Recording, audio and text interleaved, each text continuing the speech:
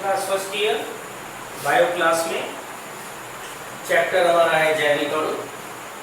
आज का हमारा टॉपिक है विकर या एंजाइम्स। विकर या एंजाइम्स क्या होते हैं? देखिए, जो जीवधारियों का शरीर है वो बहुत सी कोशिकाओं से मिलकर निर्मित होता है और प्रत्येक कोशिका अपने अस्तित्व को बनाए रखने के लिए बहुत सी जैविक और रासायनिक क्रियाओं में प्रतिभाग करती है। मतलब उसमें बहुत सी जैविक और रासायनिक क्रियाएं होनी है। इन जैव रासायनिक अभिक्रियाओं की गति को धीमा करने या तेज करने के लिए किन्हीं जैव उत्प्रेरकों की आवश्यकता होती है।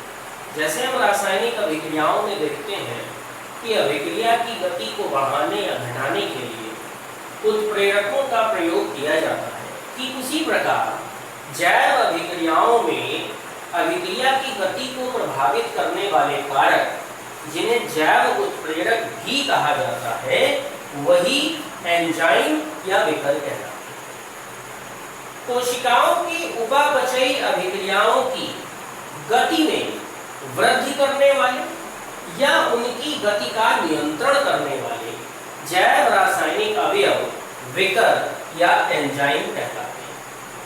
अभी तक ऐसा पाया गया है कि सारे के सारे एंजाइम प्रोटीन अणु जैसे होते हैं, लेकिन सभी प्रोटीन अणुओं से एंजाइम जैसा कार्य नहीं लिया जा सकता। यानी सारे प्रोटीन्स को हम एंजाइम नहीं कह सकते, बल्कि एंजाइमों को हम प्रोटीन कह सकते हैं। रासायनिक अभिक्रियाओं का जब एंजाइम द्वारा उत्प्रेरण होता है तो ये क्रियाएं एंजाइम उत्प्रेरण कहलाती, जो कि उपापचयी उत्प्रेरक या जैव उत्प्रेरकों की कैटेगरी या जैव उत्प्रेरकों की श्रेणी में रखे जाते हैं।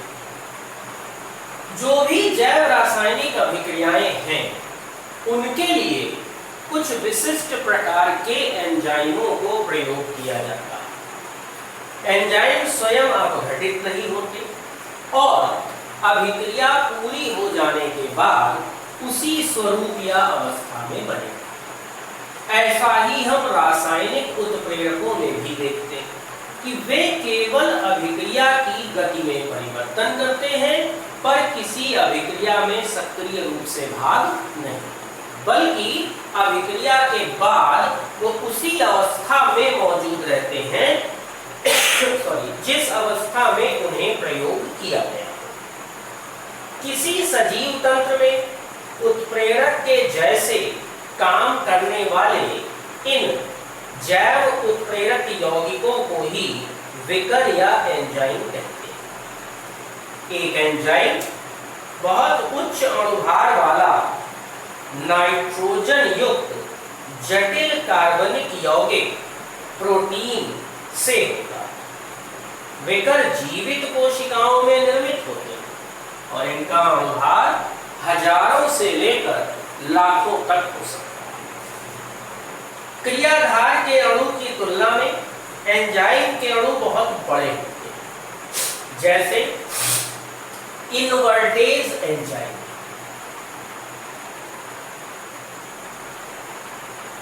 जाइमेज enzyme, maltase enzyme, lipase enzyme. इनके अतिरिक्त प्रोटीएज, कार्बोहाइड्रेज जैसे एंजाइम भी हैं। जैसे कि इनवर्टेज एंजाइम सुक्रोज का जल अपघटन उत्प्रेरित करता है। जाइमेज एंजाइम ग्लूकोज को एथिल अल्कोहल में बदलता है। तो इनवर्टेज एंजाइम C12H22O11 ये सुक्रोज यानी कि चीनी का सूत्र है।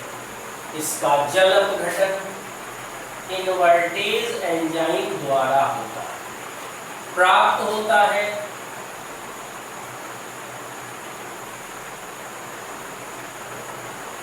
2C6H12O6। ये अभिक्रिया को लिखने का प्रारूप है, पर इसे सदैव ऐसे ही लिखना चाहिए,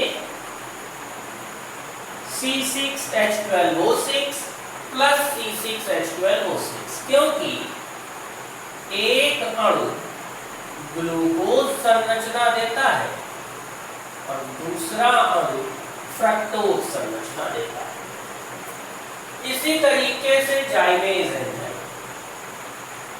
C6H12O6 C2H5OH प्लस 2CO यह संरचना प्राप्त कराता है, तो एथिल एल्कोहल बनता है, कार्बन डाइऑक्साइड बनता है, यानी ग्लूकोज अणु का विघटन एथिल एल्कोहल में और कार्बन डाइऑक्साइड। तो ये एक प्रकार की अपघटन क्रिया है। इसी प्रकार माल्टेज एंजाइम माल्टोज शर्करा का जल अपघटन करता है। देखिए सुक्रोज और माल्टोज में अणुसूत्रीय अंतर नहीं है। C12H22O11 का जल अपघटन। अंतर सिर्फ इतना है कि यहाँ ग्लूकोज फ्रक्टोज अलग अलग बनते हैं और यहाँ सिर्फ और सिर्फ ग्लूकोज ही प्राप्त होता है। लाइपेज एंजाइम वसाओं का अपघटन कर देते हैं। तो अधिकांश विकल्प या एंजाइम जीवित कोशिका में उत्पन्न होते हैं।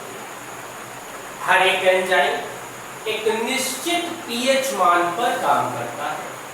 पीएच मान जिसे आप रसायन विज्ञान में हाइड्रोजन आयन सांद्रता और हाइड्रोक्सिल आयन सांद्रता के रूप में पढ़ते हैं। एंजाइम किसी कोशिका में बिना ताप वृद्धि किए उपापचयी अभिक्रिया की दर को बढ़ा देता है। इसकी बहुत थोड़ी सी मात्रा क्रियाधार को परिवर्तित करने के लिए पर्याप्त होती है। उत्प्रेरण क्रिया में विकल्प किसी जैव रासायनिक क्रिया को प्रारंभ नहीं करता। अभिक्रिया के प्रारंभ हो जाने के बाद ये अभिक्रिया के वेग को घटाते अथवा बढ़ाते।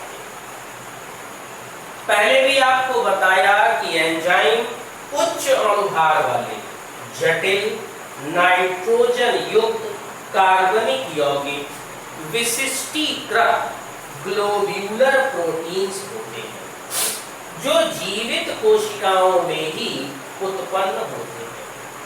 कुछ एंजाइम कोशिका के अंदर सक्रिय होते हैं और कुछ कोशिका के बाहर। यदि हम किसी एंजाइम की क्रिया विधि को देखते हैं, एंजाइम की क्रिया विधि क्या होती है? देखिए, सबस्ट्रेट यानी कि क्रियाधार पर एंजाइम की क्रिया विकल्प। जब क्रिया प्रारंभ होती है तो सबसे पहले ES कॉम्प्लेक्स बनता है, जिसे क्रियाधार विकल्प सम्मिश्र कहते हैं।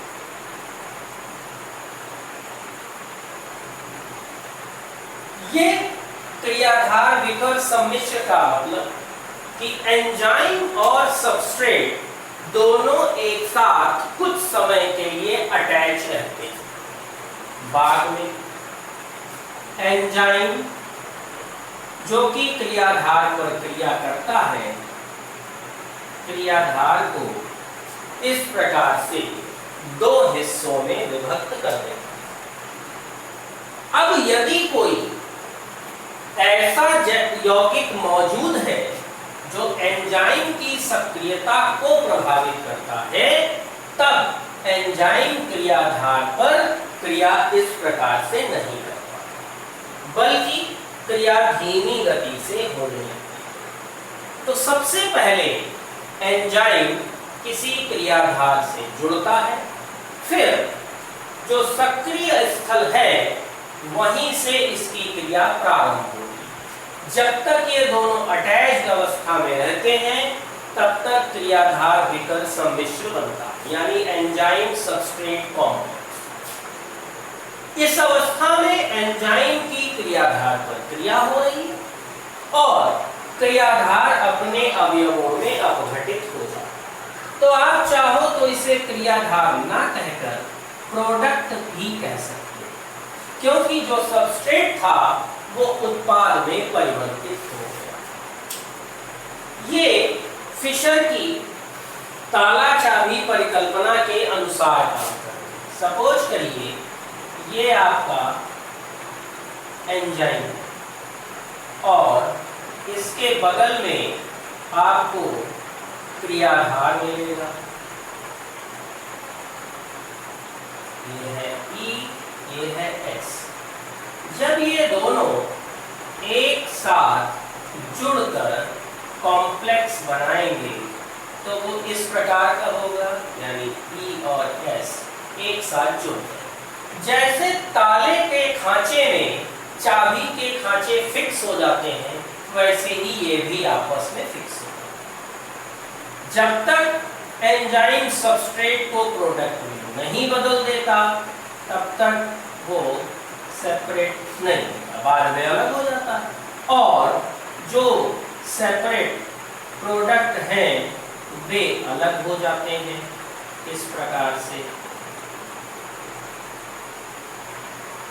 तो इसलिए इसे ताला चाबी परिकल्पना भी कहते हैं। एंजाइमों की सक्रियता उनकी मात्रा पर निर्भर नहीं करती, बल्कि एक विशिष्ट तापक्रम और पीएच पर निर्भर करती, क्रियाधार की सांद्रता पर भी निर्भर करती। एंजाइम अभिक्रिया की उत्प्रेरक दर 10⁸ से 10⁻12 गुना तक अधिक होती है।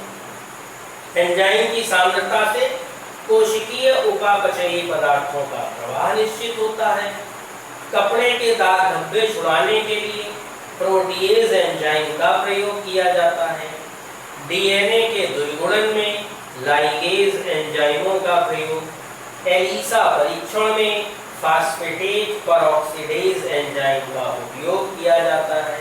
अपमार्जक के निर्माण में, यानी जो डिटर्जेंट्स हैं उनके निर्माण में भी प्रोटीएज एंजाइम का प्रयोग किया जाता है। जैविक अणु चैप्टर में इतना ही है, तो हमारा चैप्टर जैविक अणु समाप्त हो जाता है।